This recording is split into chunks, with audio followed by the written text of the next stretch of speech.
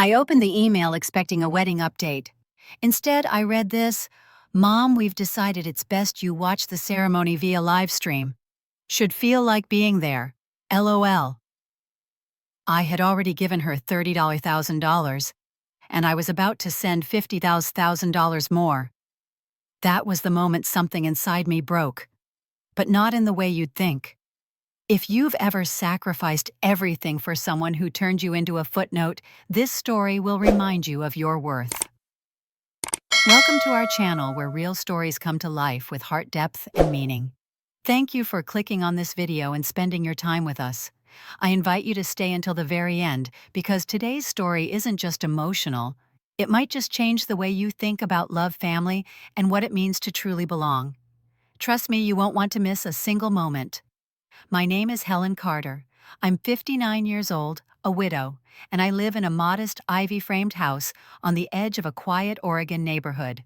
Most mornings start the same black coffee, NPR murmuring in the background, and emails I don't really want to read. That Tuesday was no different until it was.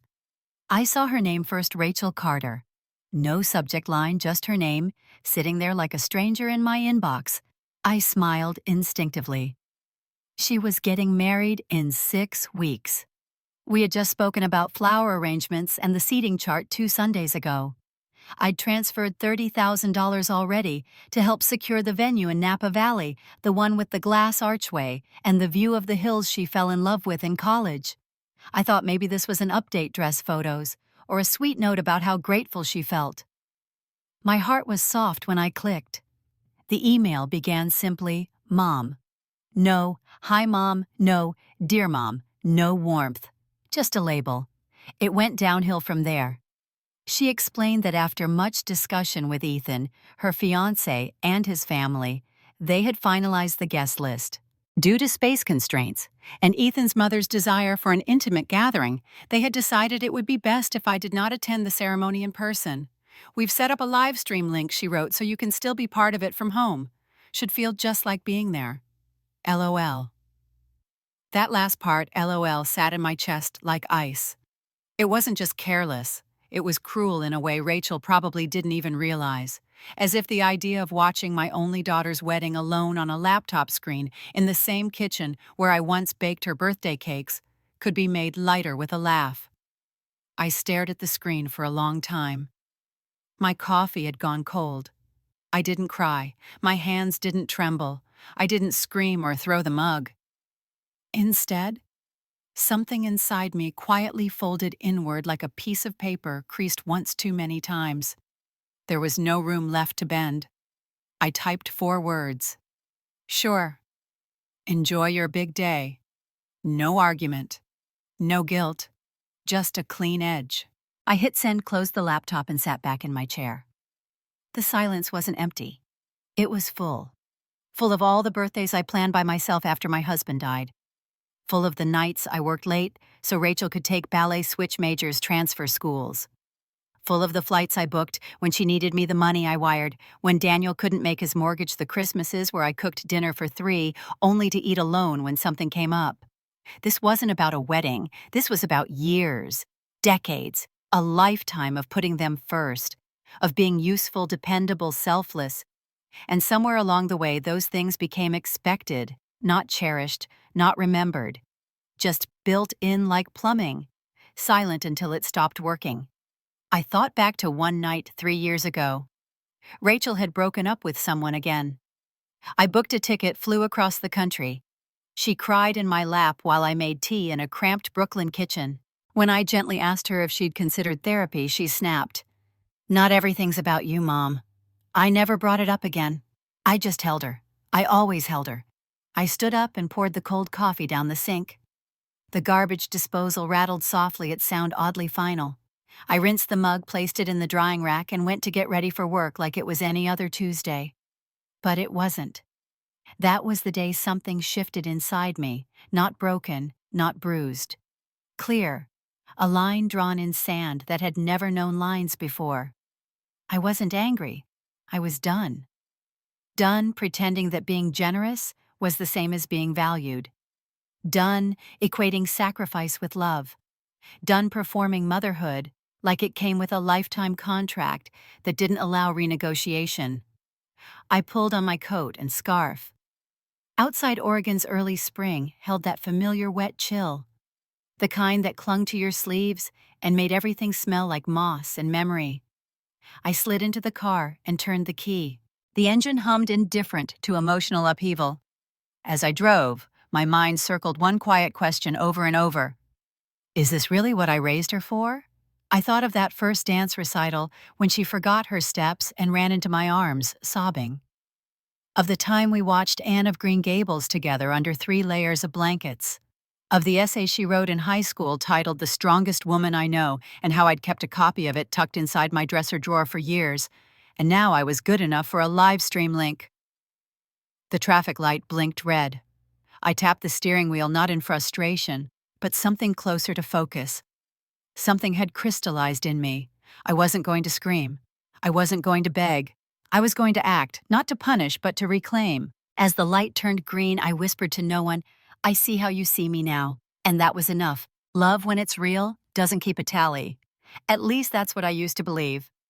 Driving to work that morning after the email, I let the hum of the tires on wet pavement pull me backward into the past, into all the quiet places where my love lived unnoticed. The memories didn't arrive with fanfare. They slipped in like old songs I hadn't asked to hear. I remembered standing in front of the fridge one winter morning, stomach growling, as I counted the slices of bread. Rachel had a biology final that day. I wanted to pack her a sandwich, something to settle her nerves.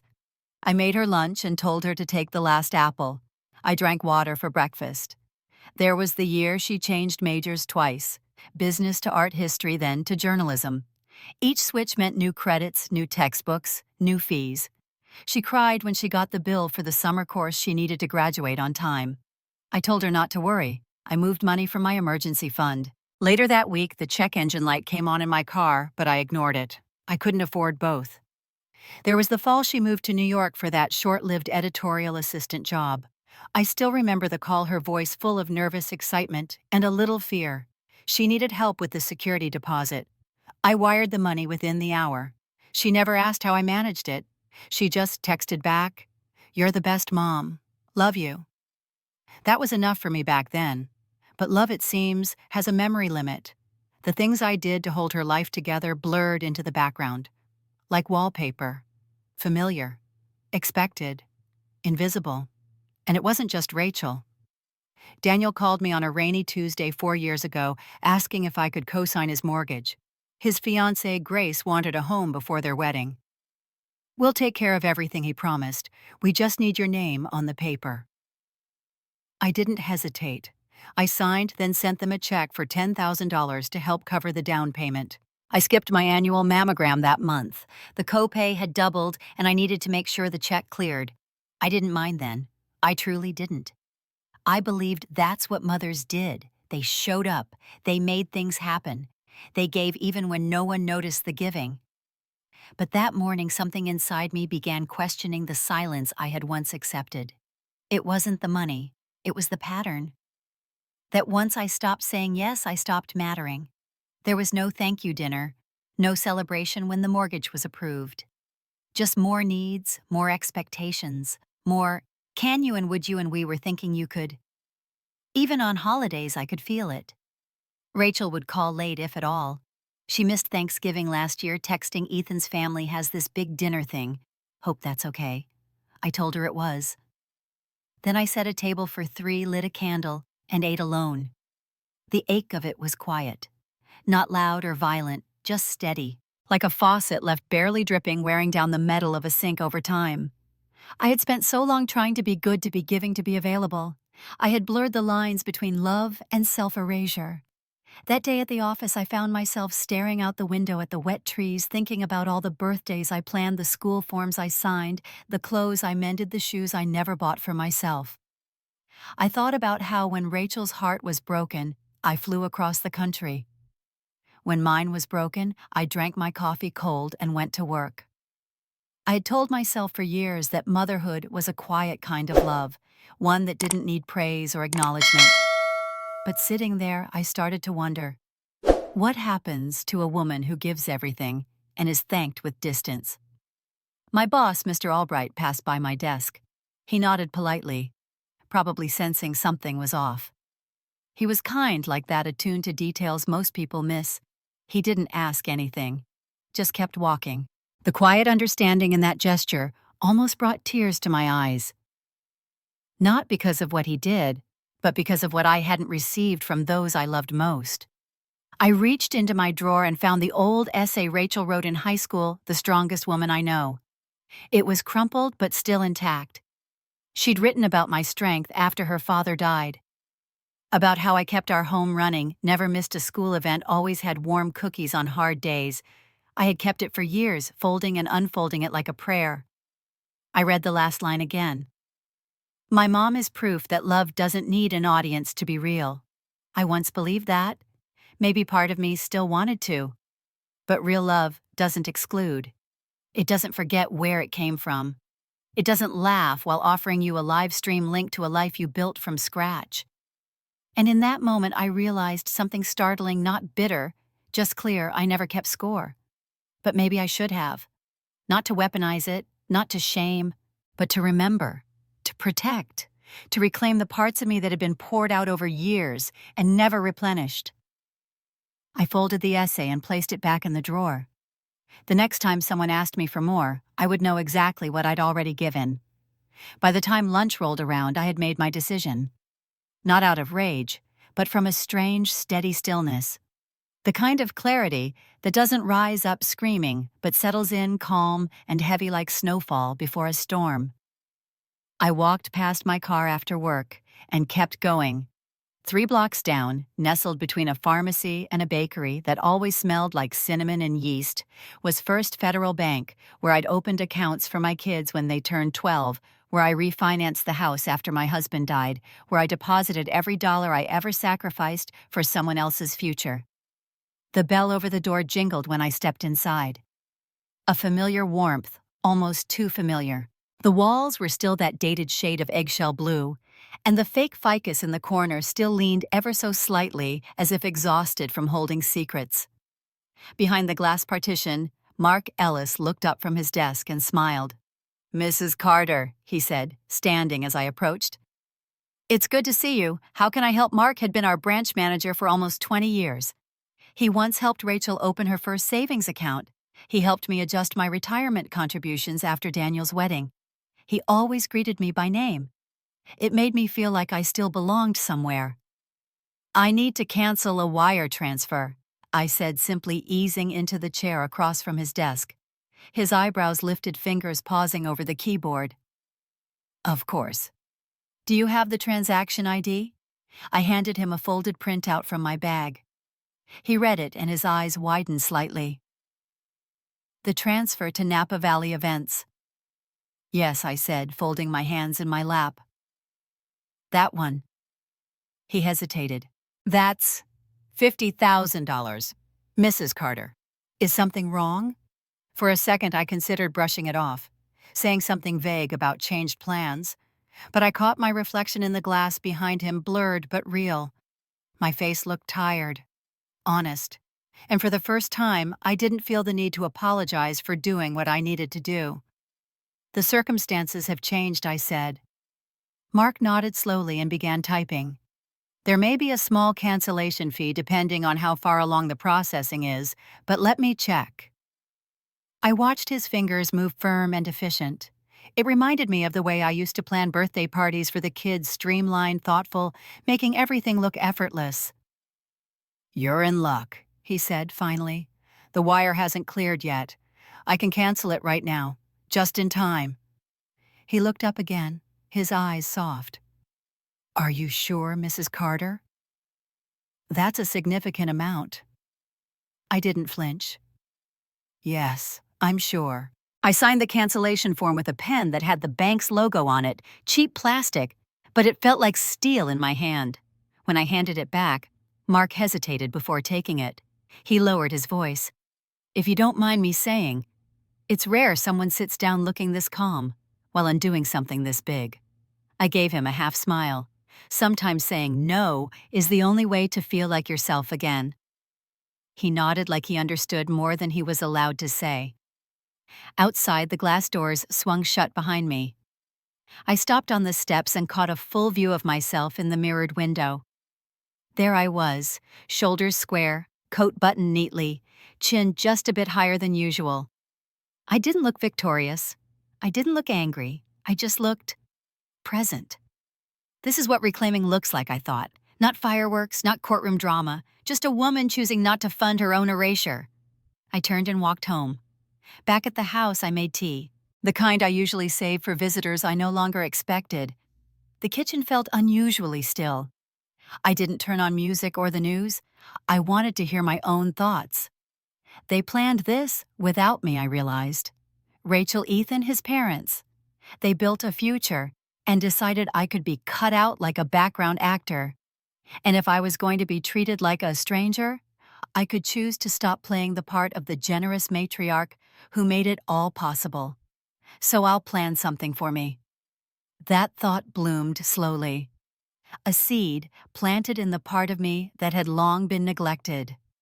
I didn't know what something was yet, but I knew it would not involve wire transfers, florists, or emails signed with LOLs. I sipped the tea hands wrapped around the mug, letting its warmth steady me. My phone buzzed twice. Rachel, then Daniel. I didn't answer. It wasn't punishment, it was protection. For years, I'd believed that love meant availability, that being a good mother meant never drawing a line. But now I saw it differently. Sometimes love looks like a boundary. Sometimes love says, no more. The kettle clicked off behind me. The porch light flicked on automatically outside as the Oregon dusk settled in. I stood in the stillness of my home, surrounded by the life I built, not the one I had to fund to be tolerated. And I thought for the first time in a very long time, I don't need to be everywhere to matter. And they don't need to see me to feel what I've done. The first call came just after I canceled the wire transfer. Rachel. Then again. And again. I let the phone buzz against the kitchen counter while I finished my tea. By nightfall, the missed calls multiplied like ripples in still water, 6 from Rachel, 2 from Daniel, 1 from Grace. I placed the phone face down and opened the bottle of red wine I'd been saving for Thanksgiving. The one Rachel was supposed to join us for until she canceled last minute. Ethan's family always does a big thing, she'd texted. Hope that's okay. I never replied. I baked the turkey anyway, set 3 places, sat down at 2. She never followed up. I drank half a glass and poured the rest down the sink that night. But not tonight.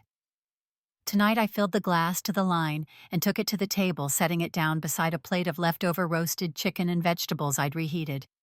I pulled out the chair across from me, the one I always left open just in case, and pushed it gently back under the table. A clean, intentional gesture. No one was coming. And I wasn't waiting anymore. Halfway through dinner, the doorbell rang. I didn't move at first. Let the sound echo through the quiet hallway like an old chime. Then I stood and opened the door. Daniel stood on the porch, still in his office clothes. His tie was loosened, sleeves rolled up. He looked more tired than angry, like someone who had been drafted into a war he didn't believe in. "Mom," he said, stepping in before I could respond. "Why aren't you answering your phone?" I shut the door behind him slowly. "Hello to you too." He sighed and began pacing. "Rachel's freaking out. She says you canceled the transfer, that you're not coming to the wedding now. What is going on?" I walked back to my seat and sipped my wine. "Isn't that what she wanted? She didn't mean it like that." "She wrote it," I replied. "No invitation, just a live stream link. Seems pretty clear. She didn't want to hurt you." "But she did," I said quietly. "And now that the money's gone, suddenly everyone wants to talk." He stopped pacing. "Mom, they're counting on that money. The venue, the food, the everything, it's all locked in." "Not anymore," I said. Calm, controlled. His face paled. "Wait, you were actually sending another 50,000 I said. "But not now." He ran a hand through his hair, agitated. "Mom, come on. This is extreme. She's your daughter. And I'm her mother," I said evenly. "A mother who was told to stay home. So I'm staying home." The silence between us stretched long. Daniel looked at me like he didn't recognize the woman sitting at the table. Maybe he didn't. Maybe I didn't either, until now. "You always make everything about yourself," he muttered under his breath. Something in me snapped, not loud, not angry, just final. A thread that had frayed too long finally letting go. "Get out of my house," I said softly. He blinked. "What, you heard me. Get out." He stood still for a beat like he expected me to take it back. I didn't. I've given everything I had. I continued. "And I'm done being the villain in a story I wrote with love." He opened his mouth to speak, but no words came. After a second, he turned and left. The door clicked shut behind him. Not slammed, just closed. I sat back down. The wine tasted warmer now. My hands no longer trembled. And strangely, I didn't feel guilty. I felt free. Later that night, I picked up my phone. 43 missed calls. Rachel, Daniel, Grace, even Ethan. The text messages read like a pendulum swinging from guilt to panic. "Mom, we need to talk. Why are you doing this? This is childish. The venue just called. The payment didn't go through. We're going to lose everything if we don't pay by tomorrow." "Ethan's parents are furious. They said this proves they were right about you. I don't understand why you're doing this to me." And there it was. To her, it wasn't about what she had done. It was about what I was doing to her. She didn't see the omission, only the consequence. She didn't see the betrayal, only the backlash. I placed the phone down and looked around the room. The old family photos still hung along the hallway. Rachel at age 5, smiling wide, a missing front tooth, and a glittering crown from her princess costume. Daniel in his high school football jersey. My husband holding both of them on a beach in Seaside, laughing into the wind. We had been happy. I hadn't imagined it. But somewhere along the way, the joy had calcified into obligation, into expectation without gratitude, into love without respect. And now finally, I had drawn a line. That night I finished the wine, and for the first time in a long time, I slept through the night. By morning, the messages had shifted tone. What began as veiled sarcasm and indignant guilt had unraveled into something raw desperation. The venue just emailed. "They're about to release the date. The caterer says if we don't pay by noon Paris time, they're pulling out. Please don't do this. You're punishing me for one mistake. Andrew's parents are threatening to cancel the whole thing." I read them all while sipping my morning coffee. The irony wasn't lost on me. I was finally essential again, but only because the money was gone. Not once did Rachel say I'm sorry. Not once did she write I see what I did. Her emails were negotiations. Her texts were sirens. Not a single word of love. Just need. I closed my phone and slipped it into the drawer. Outside, Oregon's morning fog softened the edges of everything. I drove to the office in that same strange stillness that had carried me for days now. It was no longer numbness. It was clarity, a calm I'd never known when I was being everything to everyone. At my desk, I began reviewing contracts, just like every other day.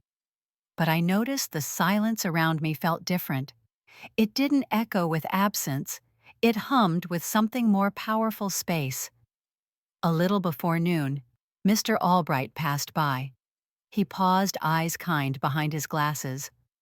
Lunch, I almost declined, as I usually did. But then I thought, why not say yes to something that didn't want anything from me? "I'd like that," I said. We went to a new Italian place across the street. The lighting was soft, the air warm with roasted garlic and quiet jazz. We sat in a booth by the window. He ordered lasagna. I ordered pasta primavera and a glass of wine. He spoke about his grandchildren, how one was learning to ride a bike, and the other refused to nap unless someone hummed the Jeopardy theme. He laughed as he told me the story, but I noticed his eyes weren't just cheerful. They were present, gentle in a way that made space for other people to speak. "You seem lighter this week," he said after a pause. "Forgive me, Helen, but something in you has shifted." I didn't plan to say anything, but the words came anyway. I told my daughter I wouldn't fund her wedding, after she told me not to attend. He blinked slowly, not in shock, but with a kind of knowing. He waited, then said, "That must have hurt." I nodded. It did, but not the way I expected. He leaned forward, elbows on the table. And now I said, "I'm not punishing her.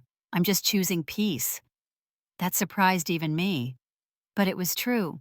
He didn't try to fix it, didn't offer platitudes or anecdotes. He just nodded, then said, "Sometimes the hardest part of love is learning when to stop giving." I looked down at my plate. My appetite had returned. Back at the office, my phone buzzed once more. I let it ring, then buzz again. I didn't silence it. I didn't need to. Each unanswered call was a boundary I'd never had the strength to build before. At 3:24 p.m., an email came in. Subject line: "Please don't ruin my wedding."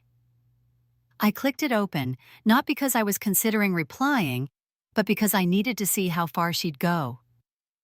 "I know you're upset about the live stream situation, but this is extreme. We've lost the venue deposit, and if we don't pay by end-of-day Paris time, the caterer walks. Andrew's parents are beyond upset. They're saying this proves you're impossible to reason with. Please don't do this. We can talk about you attending the ceremony, but we need the funds first." And there it was. The offer wasn't about love. It was a trade. You can come, if you pay. I didn't even feel hurt anymore. Just distant. Like I had stepped off a stage I never auditioned for. I closed the email. Later that evening, I sat on the porch with a fleece blanket around my shoulders. My neighbors passed by with their dog. A child laughed down the street. Birds sang their early evening lullabies. I held a warm mug of tea and stared at the quiet sky. For the first time in decades, I wasn't bracing for another request. Another emergency disguised as love. I was simply being. And then I smiled. Not because I won. There was no winning here, just truth. This silence, this stillness, it wasn't punishment. It was peace. The knock came just after dusk, soft but persistent. I considered ignoring it. There had been enough noise this week, but something in me stirred. I stood and opened the front door. Jenna stood on the porch, bundled in a beige coat, her hands wrapped around a paper bag. Rachel's best friend from childhood. The girl who used to sleep over every weekend, leave socks behind on the stairs, and call me Mama Helen until she was 15. Her eyes looked older now, softer maybe. She smiled gently. "I brought tea," she said, holding up the bag. "Still your favorite. Chamomile with honey." I stepped aside wordlessly. She walked in like she had done 100 times before. Only this time, the weight she carried wasn't a backpack or gossip. It was grief. We sat in the kitchen. I brewed the tea in silence while she looked around at the space that had once held the echoes of her girlhood. The fridge still had the same magnets. The window still looked out on the same garden, now a little overgrown. "She's not doing well," Jenna said finally, wrapping her hands around the warm mug. "She's not used to hearing no," I replied. "She's used to you showing up anyway." I didn't argue. She was right. Jenna sipped her tea, then leaned forward slightly. "Is there anything she can say to change your mind?" I looked down at my cup. The tea swirled slowly, steam rising and curling like thoughts I'd buried too long. "There was a time," I said softly. "Not now." Jenna waited. She's had years to say what mattered. Birthdays, holidays, quiet days I waited by the phone and pretended I didn't mind. I used to think that love was silent sacrifice. But now I see love isn't proven when you're desperate. It's shown before that. Jenna blinked. Her eyes shimmered, and I knew she understood more than Rachel ever had. I stood and walked to the hallway, pulled open the bottom drawer of my desk. Tucked beneath old tax folders and family recipes was a sealed envelope. No name on the front. But I knew what it was. "I wrote her this," I said, holding it out. "After the email. I didn't send it. Jenna didn't reach for it. She didn't need to." "What did you say?" "That I love her. That I always have. But that I'm tired of being asked to prove it with my wallet while my presence is dismissed like a nuisance." I paused. I told her that I wasn't angry. Just done. Jenna nodded slowly. She wouldn't understand that yet. She may never, I said. Silence settled between us again. Not uncomfortable. Just truthful. She's scared, Jenna whispered. I don't think she thought you'd actually walk away. I didn't walk away, I said, not harshly. I just stopped chasing people who don't want to be caught. She looked down into her tea. I think I came here to argue, but I can't. We sat like that for a long time. Two women connected not by blood but by shared memory, and one very difficult truth. Sometimes love has limits. Eventually, Jenna stood. She placed her mug gently in the sink and turned to me. I hope she sees it someday. What you did. What it cost. So do I said. But I'm not waiting anymore. She nodded, then stepped forward and hugged me. It surprised me how familiar it felt. Like I was hugging a younger version of someone I used to know. At the door, she hesitated. If you ever change your mind? I smiled gently. I won't, but thank you for coming. She left into the dark, her footsteps soft on the path. I returned to the drawer and slid the letter back in. Still sealed, still unsent. I didn't need to send it. The act of writing had been enough. The truth was on paper. It lived. Whether or not Rachel ever read it didn't matter anymore, because forgiveness doesn't always require reconciliation. Sometimes it's a gift you give yourself, quietly, without ceremony. That night, I lit a candle and sat in the living room reading a book I'd been meaning to finish for months. No phone, no email, no waiting. And for the first time, I didn't wonder what she'd say next, because I already knew what I needed to say, and I'd said it to myself. 2 weeks later, I received a single-line text from Daniel. They did it. Backyard. It was quiet. I stared at the screen for a long time, not out of pain, just observation. Like when you hear that someone you once loved deeply has moved away and you don't feel the ache anymore, only the faint echo of something you once carried. No invitation came. No live stream link either. Not even a blurry photo posted for show. And I didn't look for one. That Saturday, I spent the afternoon at the local farmer's market. I bought fresh strawberries and wild honey. I smiled at a little boy who offered me a wilted dandelion and let him place it in my hand like a treasure. I let the sun warm my shoulders and walked home at my own pace.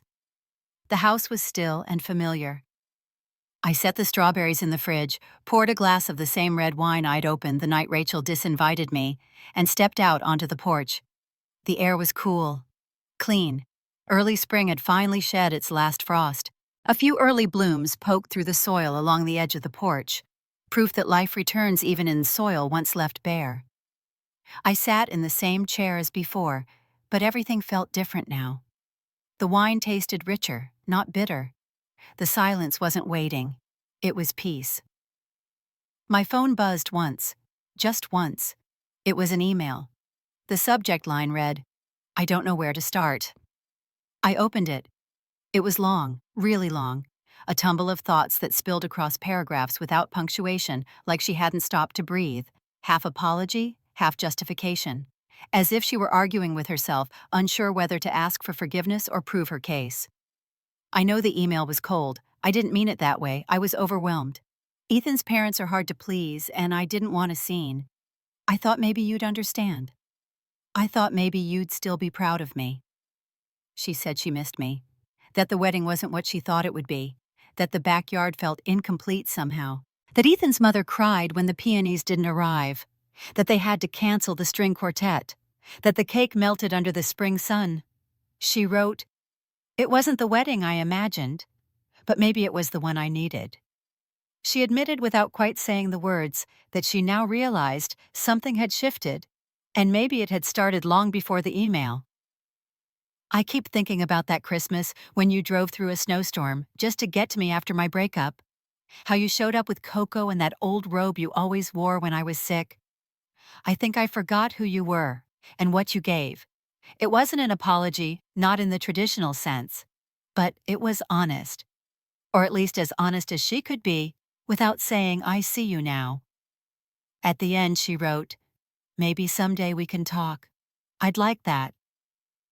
I didn't reply. I didn't need to.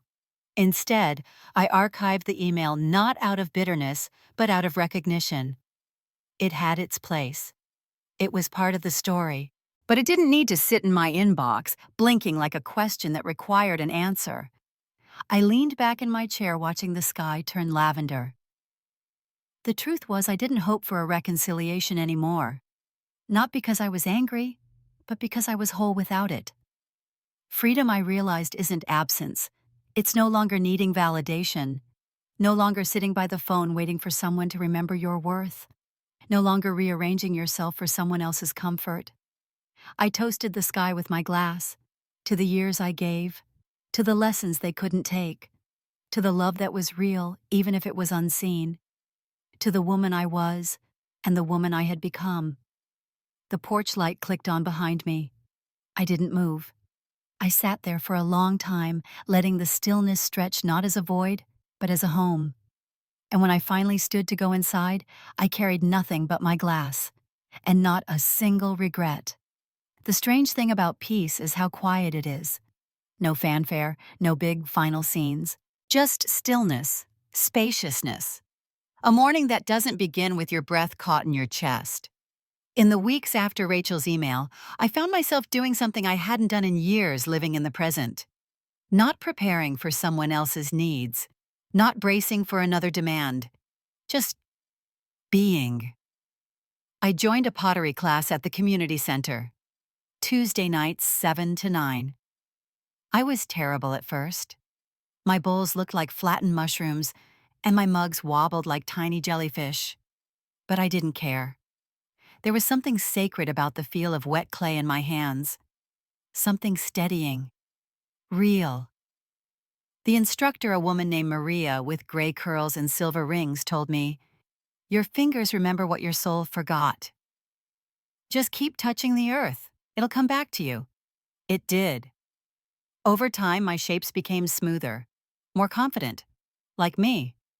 I started talking to people again outside of work, outside of obligation. One of the women in class, Joy, invited me for coffee.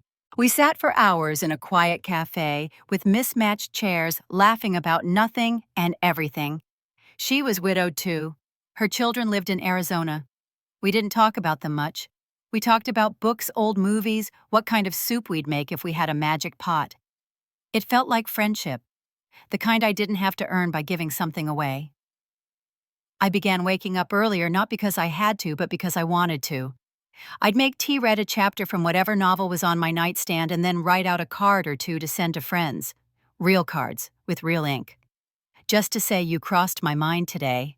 And then one day, I remembered something I'd long buried. Back in high school, I used to design wedding invitations and thank you cards by hand. I had this tiny Etsy shop in the early 2000s, nothing fancy, just ink and hope. But then life got busy, the kids grew, the sacrifices stacked, and my hands were always too tired at the end of the day. Until now. I cleaned out the old sunroom, bought a second-hand drafting table, pulled my pens and paints out from their storage box in the garage, and just like that, I started again. I called the shop Second Bloom. Small batches of hand-lettered stationery, all made with quiet care. Cards with words I wished someone had written to me when I needed them most. You are not a machine. You can choose peace. You're still allowed to dream. Orders trickled in. A bride in Vermont bought thank you cards for her guests. A woman in Texas messaged to say the card she ordered made her cry in a good way. One afternoon, I sat wrapping an order in soft tissue paper tied with twine and caught my reflection in the window. And I smiled. Not because everything was fixed. Not because the story had a tidy ending.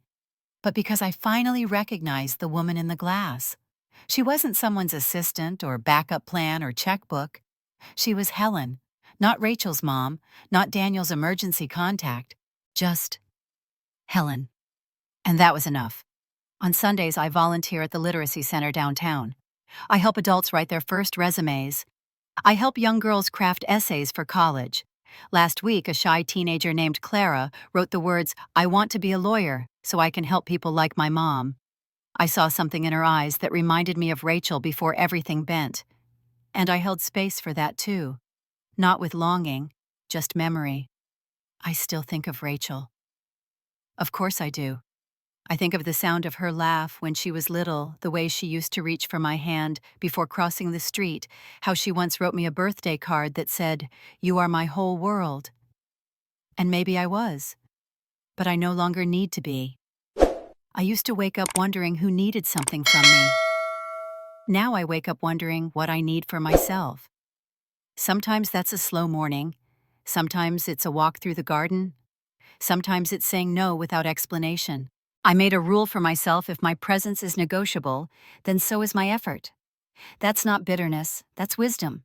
It doesn't mean I've shut the door forever. It just means I'm not leaving it open at the cost of my own air. Some days are quieter than others. Some nights still hold shadows. But every day I choose. Not out of anger, not out of revenge, out of clarity, out of the belief that love doesn't demand erasure, and that finally is enough.